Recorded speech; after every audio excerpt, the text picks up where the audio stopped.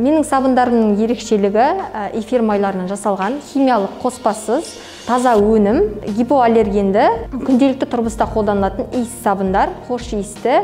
Енді мен бұл сабындар жасау барысында табиғи өнімдер лимонды қолданыламын.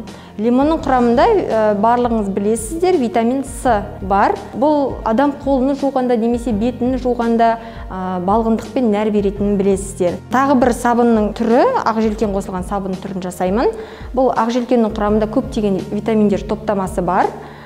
Бұл сабынды кептіру арқылы сабынға қосып, көптеген нәрлі пайдасы бар адам ағзасына сабындар жасалынады. Мен номер 76 шахат мектебіне осы жылы жұмысқа тұрдым, жас маманмын. Мен бұл іспен айналысқаныма 1 жыл болды. Бұл сала, химия саласы жалпы, өзім химия пәнінің мұғалімі болғандықтан оқушыларды қызықтыратын сала деп білемін. Өзім толық қыр-сырын біліп алғаннан кейін оқушылармен жұмыстанбақ ойымда бар.